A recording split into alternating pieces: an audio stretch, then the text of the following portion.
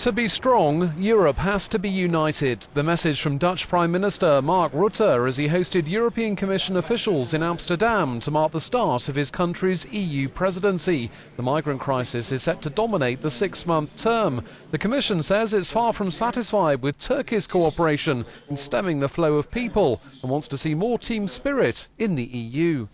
I think the political will is increasing, but at a very slow rate, unfortunately. We need a greater sense of urgency, frankly. And I hope that some member states who still believe they can hide away from this, they can leave it to other member states, will come to realize that this is a problem that can only be solved if everybody takes part in burden sharing, and we're not there yet. You know perfectly well that some countries don't want to do it, so we need to convince them.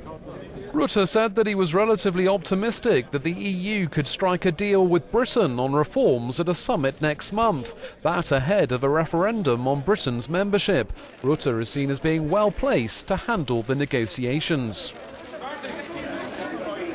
He could be the bridge for some months at least between Cameron and Merkel, and he could do some proposals which makes it easier to manage this whole Brexit debate.